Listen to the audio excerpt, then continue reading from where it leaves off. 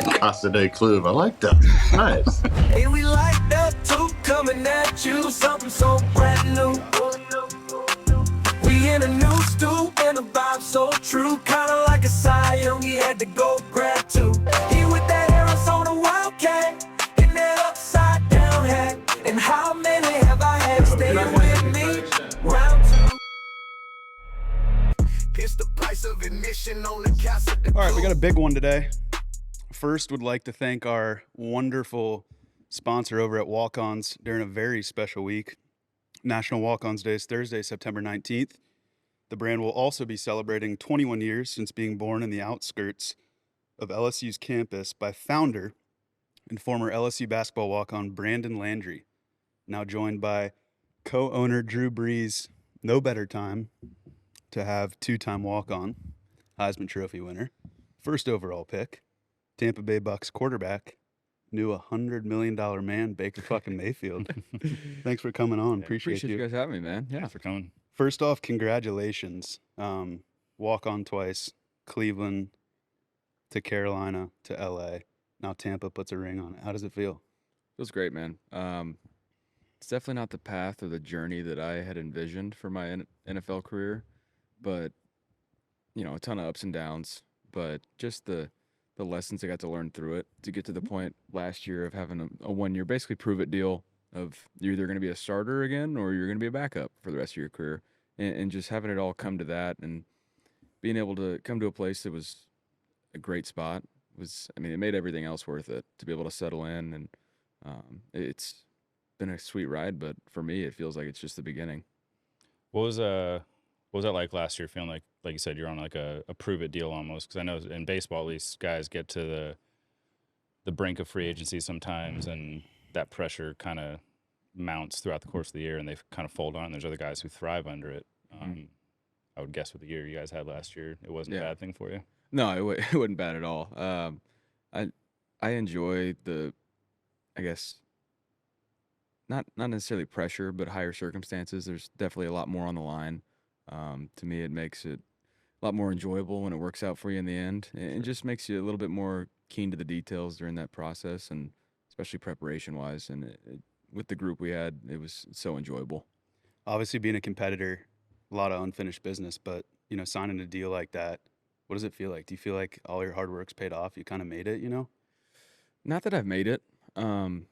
Just more so looking forward to like being able to actually settle in here for a few years and see where we can go. The culture has already been great here for a while, and just the group that we have, just being able to elevate the standard. Obviously, every team sets out to win the Super Bowl every year, but for us, with the group that we have, a lot of the guys that they've extended this offseason specifically, saying that, all right, our time to win is right now. Like let's push right now and learn as we go. And so it's not that I've made it by any means. I only won a couple playoff games. Need to win the big thing. So go from there.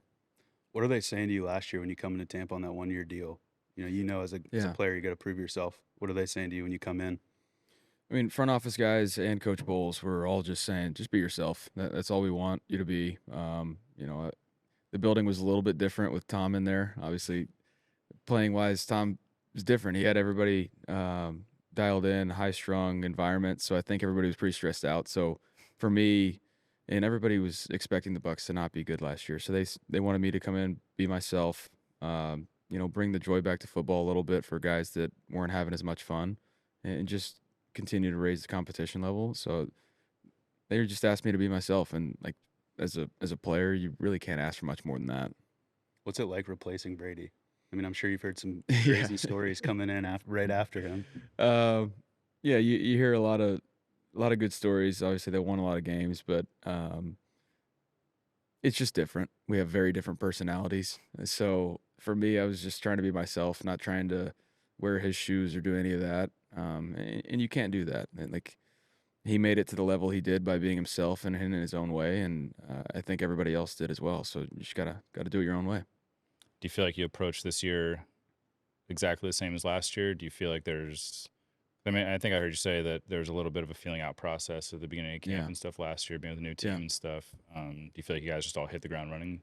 I do, because we brought a lot of the vital pieces back, and it's just like Yeah, we have a new offense. We have a new coordinator. So you want to start from the very beginning. But with the chemistry within the guys, it was hitting the ground running. So What does that look like installing a new offense with a new coordinator and stuff?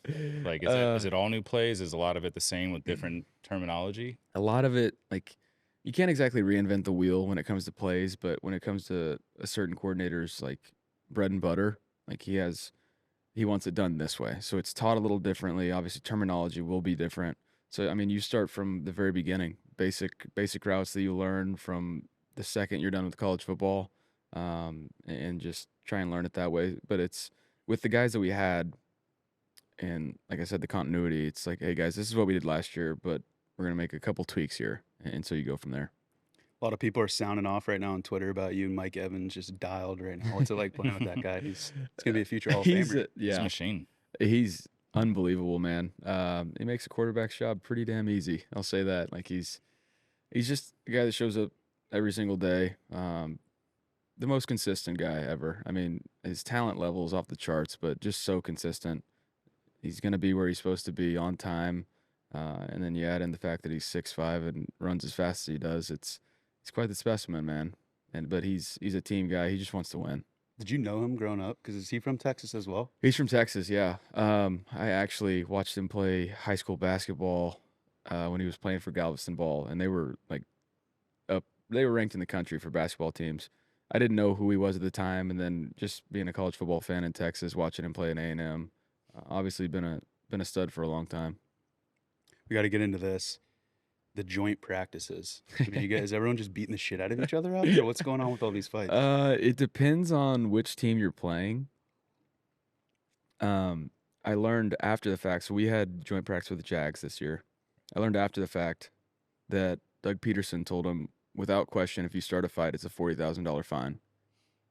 And we didn't have any fights, so I guess if you incentivize it, there won't be anything. What hits home more for guys? Is it a money fine, or I think I heard Mayo told the Patriots guys, if you're a starter and you start a fight, you got to play in the preseason. Which one you think incentivizes more? Probably the money fine. Yeah. Because they still won't risk guys getting hurt in the preseason anyway.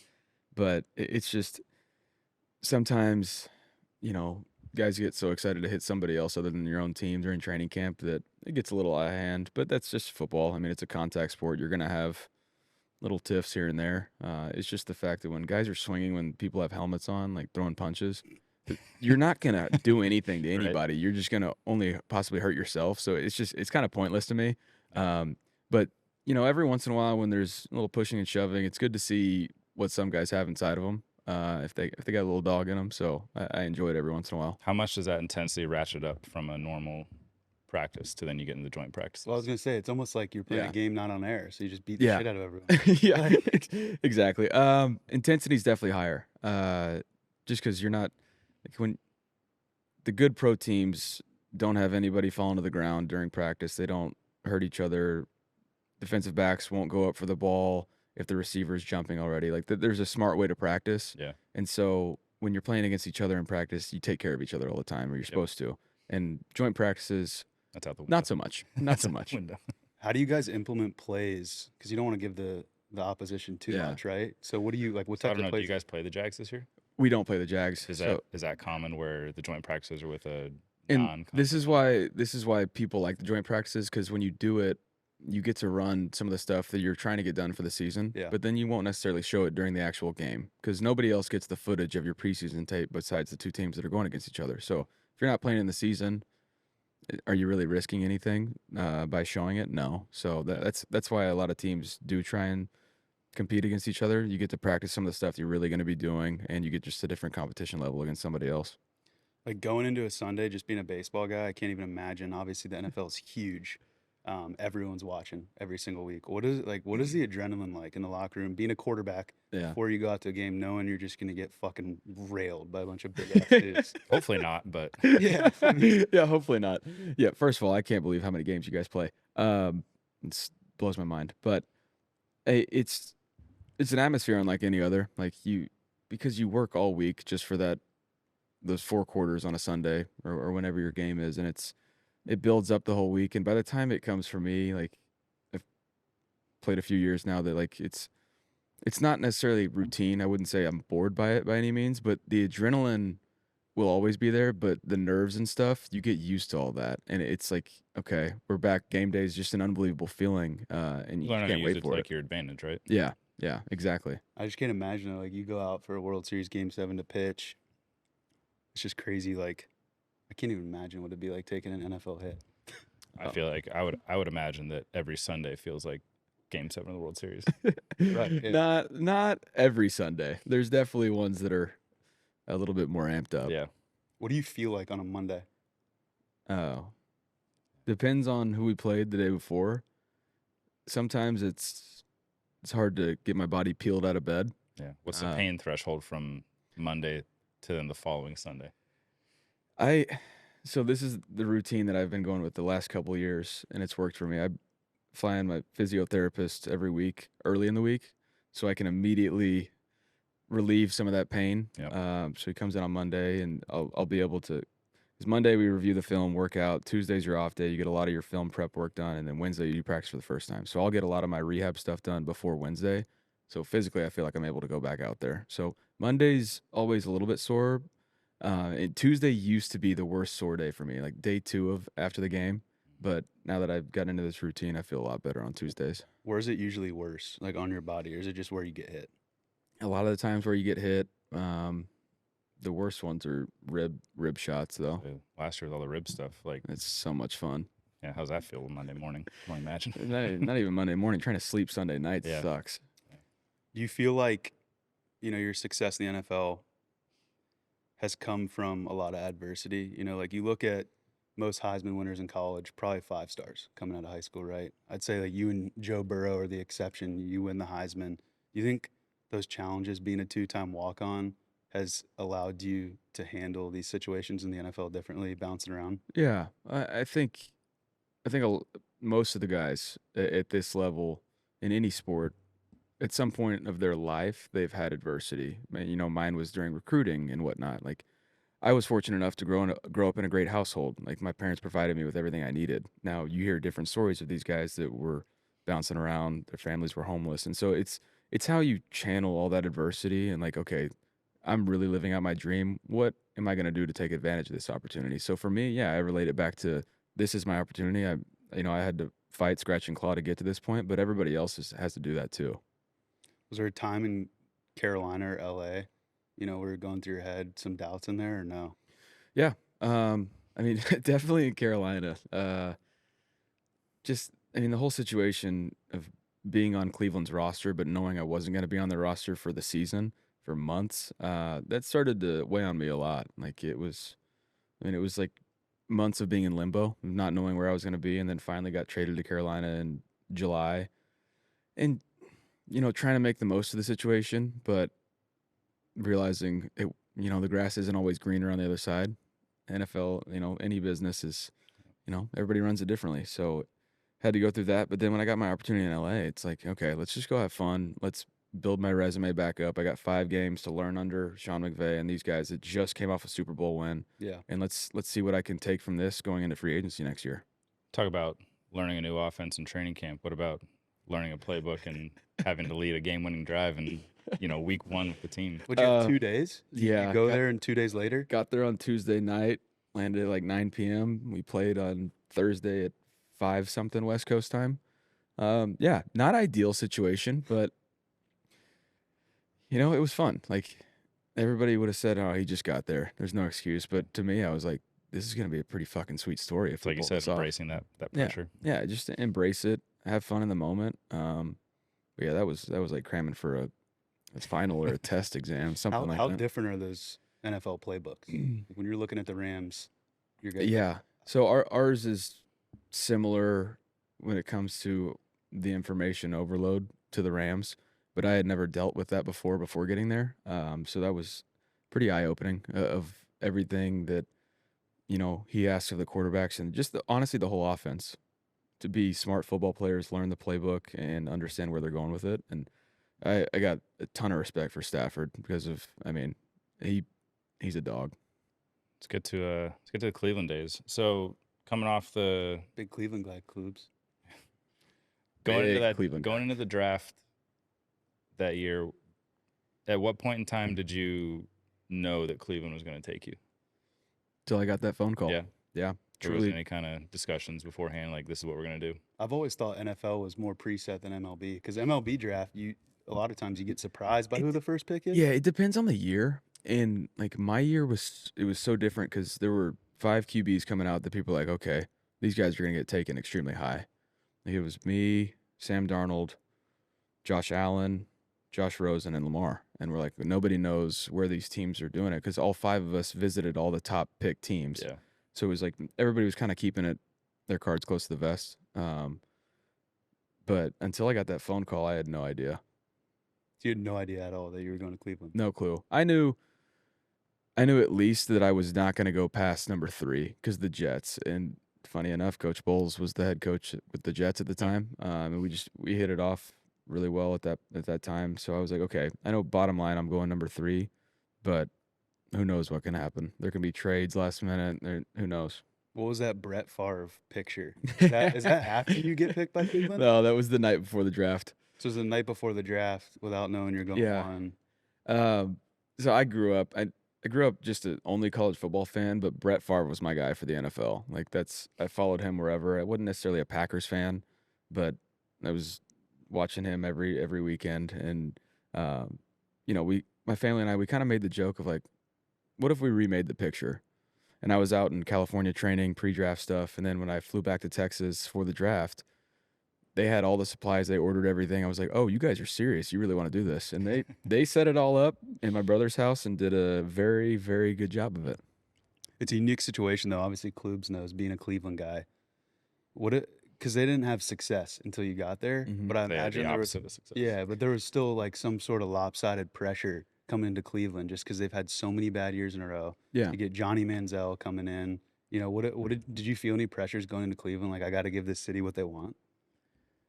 Not that I felt pressure of it because there was no pressure. I mean, they had won 1 game in 2 years prior to me getting there. Yeah. It was more so like, all right, you good over there? You breaking shit? Yeah, I'm just readjusting. It was more so like, what has gone wrong here? And it starts with culture. Like it was, I think Montez Sweat just came out talking about Washington's culture and how people are okay with losing. And that was something that I've never been a part of. It was at a great high school program. You go to Oklahoma and you look at all the awards and trophies around, like you get there and it's like, okay, the culture is the reason why you're not winning. Yes, you're not drafting the right people, but you got to, build the right culture so people fit in and the people that don't stick out. And so, it wasn't necessarily pressure from the outside because the fans deserve it. Once you live in Cleveland, it's a sports town. It really is. And It's definitely a Browns town. yeah, it's like they tell stories about when Cavs won, but if the Browns won a Super Bowl, the city needs to have the National Guard there for Place was shut riots. down. Yeah. So it's a Browns town given all the LeBron Cavs 100%. ties. Yeah. 100%. Wow. Yeah, and it's wild. Like, and my first example was going in on a Thursday night, beating the Jets, the first game they won in 2 years. Like it was wild. They were parties for 2 days. He's gonna hate that I say this, but the head clubhouse guy, huge Browns fan, he locks himself in his office every Sunday. If you need something, you can't get it. Like he locks himself in the office, and from kickoff till the game's over, he's unavailable. That's real. Like generations of Mm-hmm. families, like Browns fans, pass down the season tickets. It's like it's so real there, but it makes it special when they do win, though. Well, your first playoff win, how many years had it been since they won a playoff game? It was in the 90s. Early 90s. You guys And were then what, 94? 11-5? Yeah. Yeah. So it must have been mayhem, no? Felt like you guys won the Super Bowl. COVID year. Yeah. Didn't get Controlled Poor mayhem. Cleveland. Controlled mayhem. So obviously everyone knows you were injured in Cleveland. What are the feelings towards Cleveland and the Browns pushing you out? I mean, you're the guy who got him over the hump, won a playoff game, Yeah. first overall pick, 11-5. Yeah. Could be the franchise quarterback. Yeah. I've said this before, and it's, it's not to beat a dead horse, but, I felt like I was treated like a piece of dirty laundry, and that's just a matter of fact. Like the things I was told about, when you get healthy, you'll be back to, that 2020 form. I thought I, fought and showed enough prior to that to be able to get the opportunity for year 5. But it went other ways, and like am I mad about it? At the time, I was furious. Yeah. Right now, no. Everything happens for a reason, and you just got to trust in that. And that was the when I mentioned the being in limbo time period. That was the tough part about that. It's like, all right, where am I going to have my next opportunity? So it's like, how long are you going to dwell on it before you realize the most important thing's the next one? You always hear Manziel say stuff like that, but you don't know because this guy, people say, didn't even watch film. So it's like, whose side do you believe? You know what I mean? Yeah, not watching film's a crazy bit. And that's true. Yeah. We played him in high school.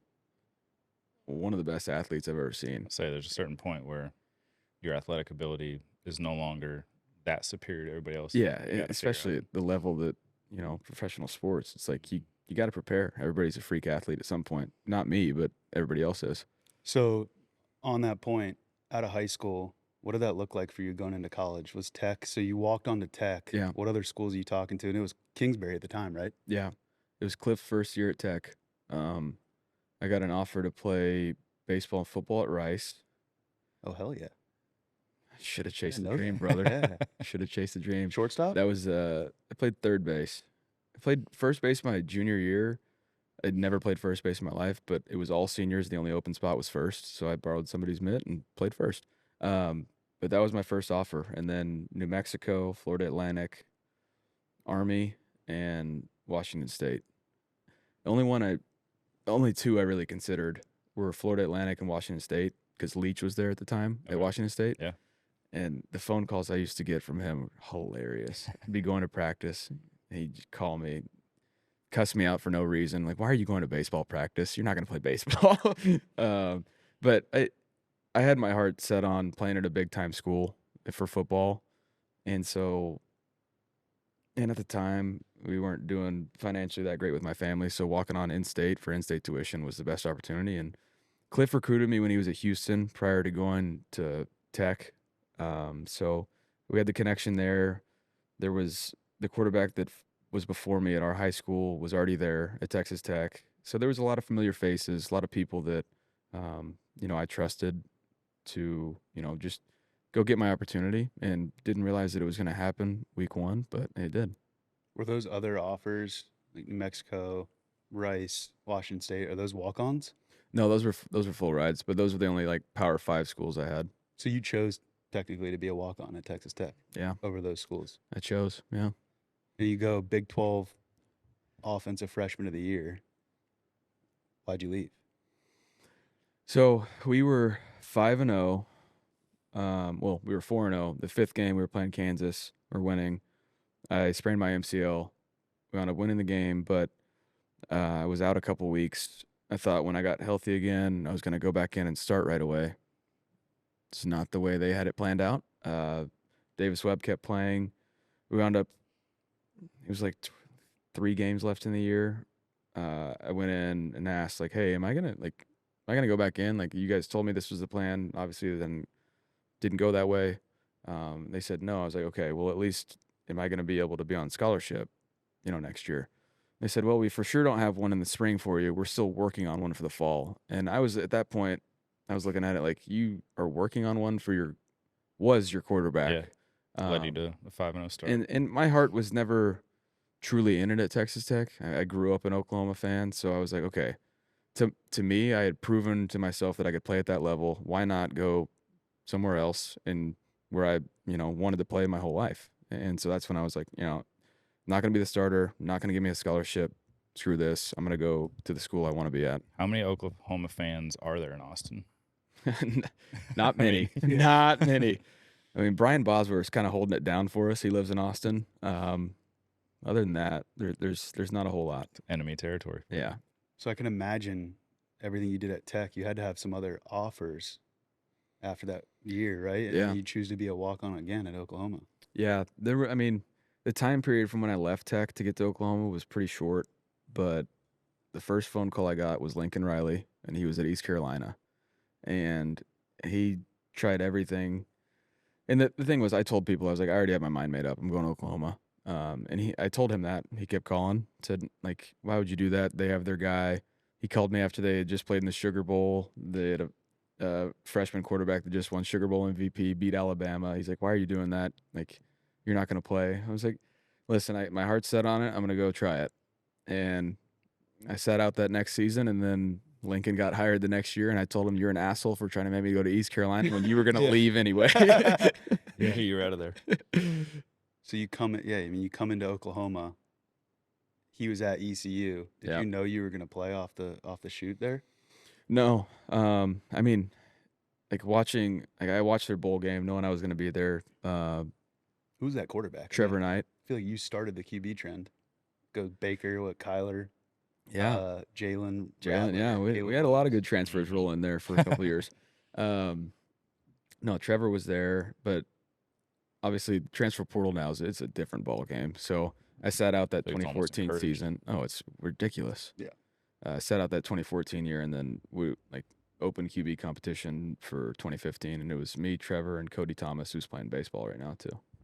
When you have to sit out for the year, are you able to still go through everything during the week with the team and just not play in the game? Yeah. So I was doing all the scout team stuff.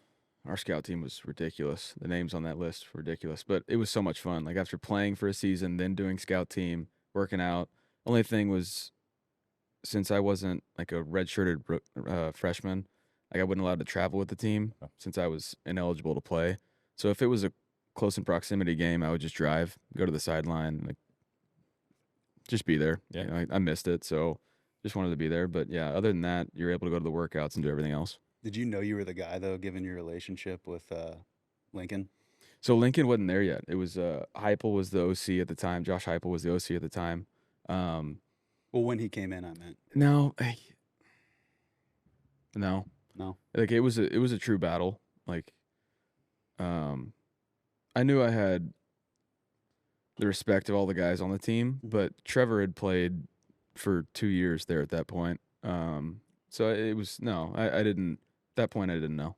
I know Klubs has got some NIL questions, but what is it like being QB1 at Oklahoma, Heisman frontrunner? I mean, you're probably walking around campus with the tip of your dick out of your zipper. There's fucking everyone looking at you. Yeah, I switched to online classes like the last 2 years. Did you have to do Probably that? had to, right? Yeah, I also just didn't enjoy going to class, but Nobody does. no, it was kind of ridiculous. What do you think, like, if you were to be playing in the current landscape of college sports, what do you think your price tag would be for NIL money? That last year.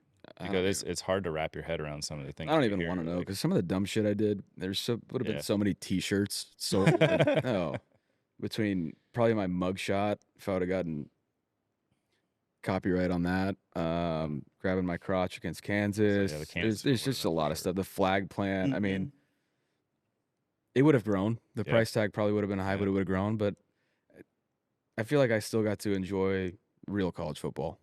I'm happy I didn't play in the NIL days. Yeah. I was going to ask you, before being the first pick, are there in your head any GMs, like you grab your crotch against Kansas, you plant the flag at Ohio State? I mean, do GMs that fire them up, or you think some of them were like, oh, shit? The real football guys, GMs, they like the fact that I had a little shit in my neck. Yeah. The other ones that are more buttoned up, probably not. Yeah. But like my thing was like it's an intense game. I have always worn my emotions on my sleeves when it comes to that. So why would I hide it then? But like behind closed doors, meetings during work every day, it's not like I'm just going around flipping everybody off like an asshole. So once people got to know me, it was a different story. Before we get too far away from the NIL, Tyler wants to know, but he's afraid to ask. Did you get NIL money before NIL money? I'm still paying off student loans. So you didn't get a dime? I mean, I wound up being on scholarship for my last 2.5 years, but I'm talking about added money. Like no. Pre-NIL, you see Johnny Manziel is getting paid. How much? No. I mean, Johnny won the Heisman so early, so his story's a little different. Texas A&M is also different. Yeah. There's no guys in college football when you were there that are under the I'm sure there was, but to my knowledge, we didn't have anybody. Heisman year, no one. No, like No one came to like there were people offering like, hey, will you sign this? We'll give you this amount of money, but like I wasn't gonna risk it at that point. Yeah, what's it worth? Hey, I'm about to get drafted right around the corner. It's not worth that. Right, so it's probably more the guys getting offered that are being dumbasses accepting it. Yeah, that area. and like I said, it's, you know, some people are encouraged by maybe their family situations and stuff like that. Right. And these sleazebags will take advantage of it. For sure. It seems like you can kind of get after it though while staying focused on your craft. I'm sure you had some fun down at Oklahoma off the field. I mean, I had graduated before that last year, so I had to pass 6 hours to be eligible for the year. So just pass. So there was no class happening. It was fun. It was fun. and we had a good group. It was like, it was fun. That's what Burrow did his last year. Yeah. No classes, just. And it's like, and when it comes to like transitioning into the NFL, it's like all about time management. And so that final year for me was so much more football, where I feel like I got smarter learning the game because I was able to just really focus on it instead of having to worry about making sure classes, tests, and all that. But it was just different. There's a rule, the Baker rule, right, to grant you eligibility for that last year. Weren't you not cleared to play? Yeah. So this was after your second year at Oklahoma. You didn't even know if you could play again. So were you just going to go to the draft? Yeah, I was going to have to. But they wound up. I mean, we fought the NCAA for years on this one, but because I was a walk-on, we're like, this makes no sense. Why you guys are taking away a year? If we're dumb enough to pay for another year of school, why would you not let us? So Oklahoma wants me back. Exactly. Everybody's doing it. No, so they wound up calling before the 2016 season, like maybe late May, early June, to let me know that I got that 2014 season back. So at that point, I was like, you know what? I think I'll still have to come back for my senior year, but if this is my last one, then make it worth it. And when did you find out that you were going to be able to play that last year? Like, it was just a month or so before the season, 2016. Okay. Yeah. That's crazy. It's wild. All right. CK, you want to get into a little demo then? Yeah. Do the lightning round? I want you to teach me how to throw a football because I can't throw a football worth shit. I can't throw a strike. Okay. So. I'm not sure I can help you there. I have a football, I'm trying to like hang on to it. I like just on break. It's spinning this way. Yeah. I don't get that. I can see that. This. I can see that. So, I mean. Were you football first before baseball? No, baseball first. I've heard people say it's very like, straightforward and non-emotional. It can be. Like, the most important thing about, like, for somebody to throw a pretty ball is actually just the release. So, like, how you finish it, your middle finger should be the last one to touch it. Okay. So, like, Peyton Manning had an old video about, like, elbow your brother, flick the booger, and then, like, wipe the windshield. And, like, as stupid as that sounds, not that bad. Because it's, like, about getting your hip back through, and then when you're coming over the top of it, just making sure that it's almost down, straight to the target. Instead of coming across, you want to finish at it. Yeah. Like your momentum's gonna take it all the way. Mine was always late, so I would naturally cut the ball. Yeah. But like you're saying, your hips, I guess that's why I can't throw football. Yeah, so it's lagging behind. I finish there. Yeah. Mm-hmm. And it's some guys throw it like that and it works, but to put a little zip on it, you gotta time it out. Half spiral, I gotta like lay my hand down here and just kind of like hit discus. I feel like most QBs throw like a catcher though, right? Yeah. Close to the ear. Yeah. Yeah. And it's when you're little, they want to teach you to get your elbow up, do all that. But I think that's just so you can actually get to the right throwing position at the top, where you have a little space in there and you can actually get the release you want. So you're trying to feel that middle finger as the last thing to touch the ball. Yeah. Something you're feeling every time you throw. Yeah, and there's something that I've been working on the last couple off seasons was when I'm warming up, I'll take my pinky off because you really don't need it when you throw. And just to be able to feel that I have the good grip right here, and the last thing I'm feeling is that middle finger. And so it's like there's just little things that you can feel as you know, like little things, like tricks of the trade later on that I enjoy. Do you feel like it's easier to be more accurate as a QB or throwing a baseball? QB. At least you got a big body to throw to. It's not this tiny little ball. Like grabbing a baseball now, it feels so foreign. Yeah, sure. But each guy's got their own way that they like the ball. Yeah. Field. You deflate yours? No deflate yet. We didn't carry that over. No, it's like a science. And some guys are so anal about it that they'll immediately, when you touch a ball, be like, no, like this is a good ball. Blinked. This is a game ball. That's why. And it's our same equipment guys. Yeah. So this feels normal for me. But I like, so you talk about the pebbles. Some guys like the pebbles completely brushed off. I like a little bit of grip. So most of the time when you're talking about the condition of it, it's the grip of it. But it's most of the time it's the secret sauce. Whatever mud or secret recipe they have to rub on it before they scrub it that's what gets it feeling right. So you said brush off the dots. How do you do that? That's just manual labor. Right? Like sit there. Oh, you can do all that, but those guys are scrubbing for a while. This seems like a analogy to the sticky stuff, right? Like in baseball, I feel like you'd get penalized for doing what you want to the ball. Little Giants kid fluff. Yeah, exactly. It's crazy you can do that. You guys got guys cooking in the back, just working on the ball. Oh yeah. I mean, the only Different balls are their game, but the kickers have their own balls too, right? kickers have their own balls, and those balls are horrible. They're so slick. You can't throw that 20 yards. So they just want it as hard as it can be. Yeah.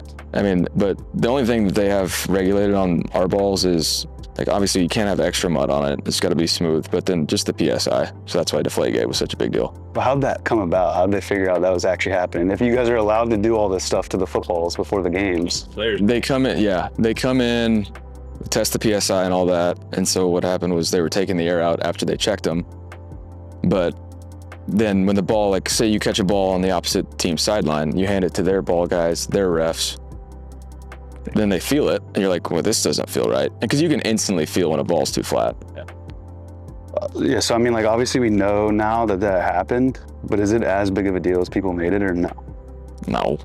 I mean, You talk to a Packers fan, and that's all they say about Yeah, the Patriots I mean- dynasty is that they cheated. they cut some corners, but I mean, if anybody could have done the same thing. It's not like they had their own routine with the referees. It's the same process. They go check the footballs, put them out there. They were just taking the risk of like not getting it found out during the game. I feel like a lot is made nowadays about height, hand size, all this stuff, combine. Yeah. I wouldn't say you're maybe the prototypical size for a quarterback. Absolutely not. You're a lot taller than I thought, though. Do you think? Yes. I'm a little guy. Isn't that one more difficult for you to create a lane to throw into, whereas like maybe Trevor Lawrence can throw over the top of an offensive line? It's more so the vision, like going through your reads. Like there's times where it's just a wall of humanity that I can't see through.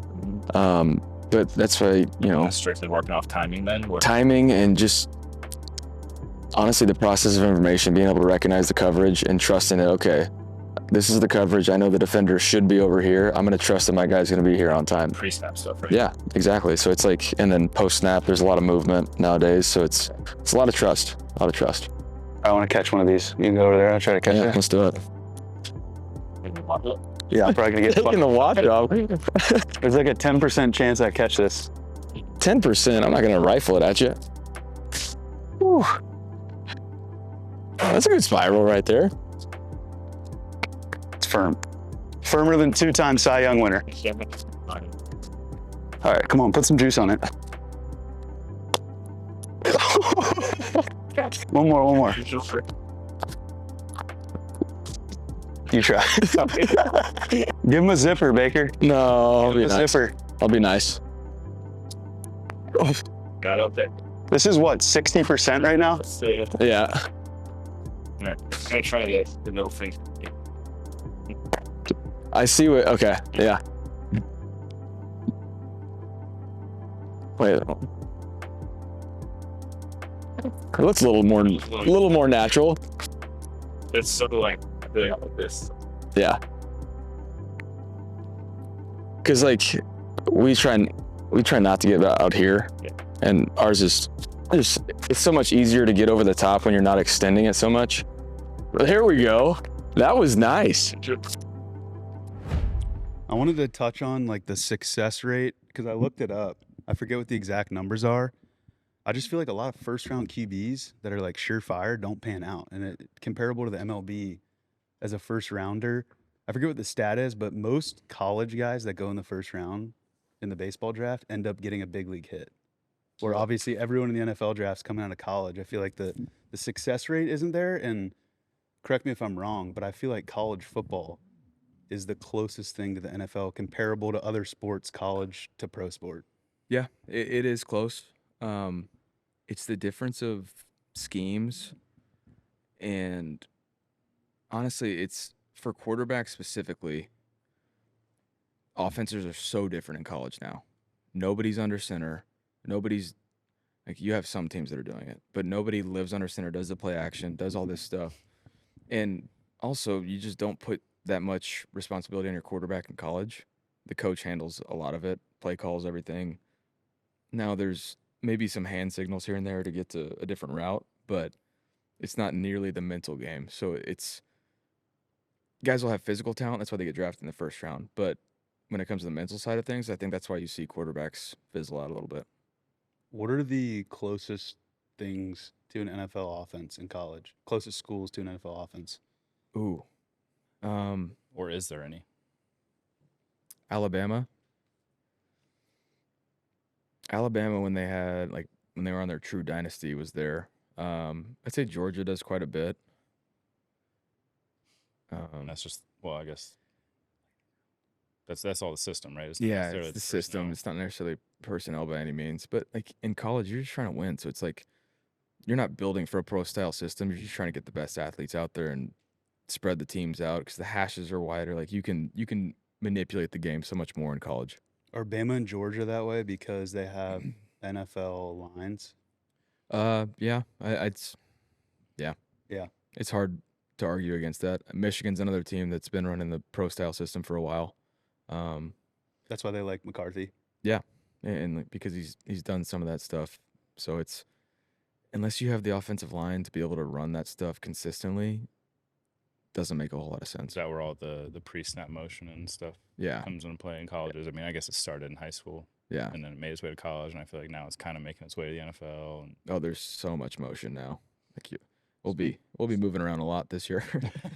Speaking of JJ McCarthy, my best friend is a diehard Vikings fan, and he wanted me to ask you, week 1 of 2022, Byron Murphy, if I can laid him out. It's like a known TikTok reel, but he was No laid that TikTok hit, reel. He was like, I want him to be our next quarterback. And the Vikings are down bad right now. Yeah. You almost going to Minnesota? I knew that was going to be one of the options after Kirk was leaving. Didn't let it get to the free agency point, but that definitely would have been a spot that would have been an opportunity. But for me, I'm actually excited for the Vikings. Your buddy should be excited. Sam Darnold, like, he's been in some shit shows from the Jets to Carolina to now being in a place in Minnesota that, has it put together. You're going to see a different version of Sam Darnold that nobody's really seen, but you're going to see the potential of why he was taken so high. heard a lot of people say just shoe him in now as comeback player of the year. Really? It's kind of a lock. Is Bryce Young fucked over there in Carolina? Just bad situation. I can't say that because my guy Dave Canales is over there now. Dave's like everybody knows this one person that's just like way too positive all the time. It's like, just let me vent, let me bitch for a little bit. But Dave somehow always sees the greater good, and it was honestly infectious for everybody. And so hopefully for Bryce, for his sake, it'll be good for him, but not 2 times out of the year. All right, we'll hope for Bryce Young's success. You want to get into this lightning round, CK? Yeah, I'll do kick it off. All right. First cue, just a little rapid fire. Okay. Most painful tackle in the league. Most painful tackle I've endured? Yeah.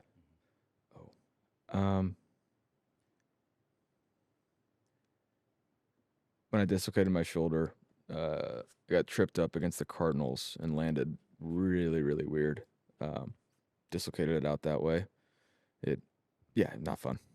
Is there a certain player that going into that week against them, you're like, I gotta get the ball out before he gets to me? Yeah, that's more what I meant. Like the Oh. known worst tackle in the Known.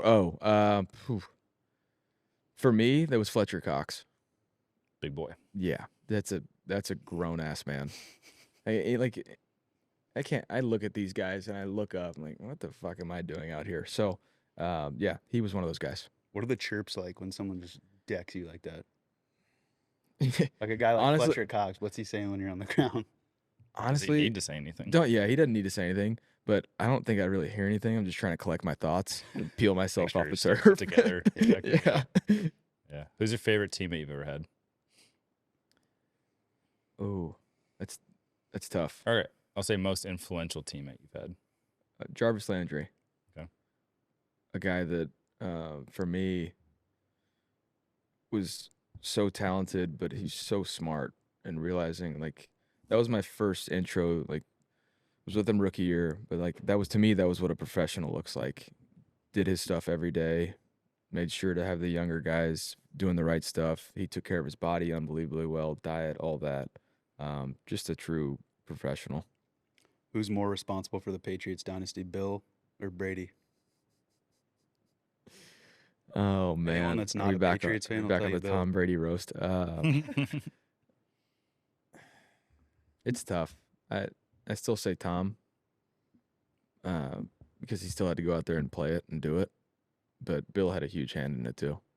It just blows my mind that people don't say Tom right away when he went to Tampa and did it without Bill. Yeah, I mean that's another reason why I wanted to sign back here. The pieces are here. Like, it's a good crew, but like you can't run a place like that so consistently for so long. Tom's not making all the roster cuts. He's not making those decisions. Now, when it came down to the offense, he did everything. Like that was Tom. He ran the show, made all the shots for them.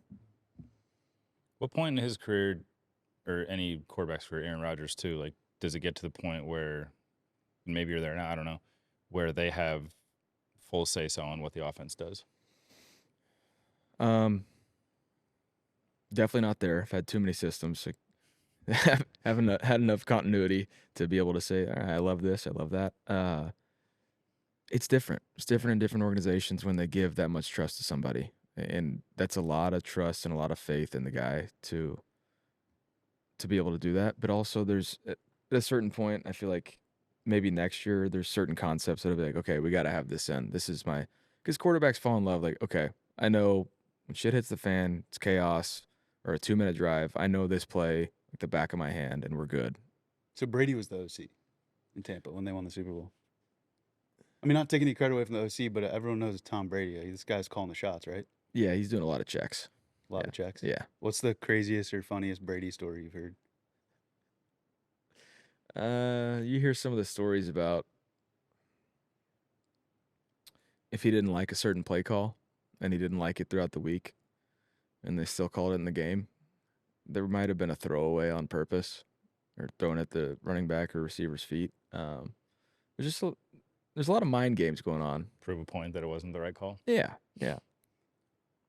If you had a baseball player that would be a Baker Mayfield comp, who you got? Third baseman, first baseman? Oh, man, that's hard. Somebody that plays with an edge. Plays with an edge. I should have had an answer teed up. I honestly don't know. Would y'all have one for me? Well, you said you played first base. I definitely would give your comp to a first baseman. I hated playing first base. It was not fun. What about Kipnis? Little lefty? I mean, the way he got in that box, it looked Lefty, like Kip. Yeah. I'll take that. You take Jason Kip. Kipnis. I'll take that. All right, we'll wrap it up with this prediction for the Bucs this year.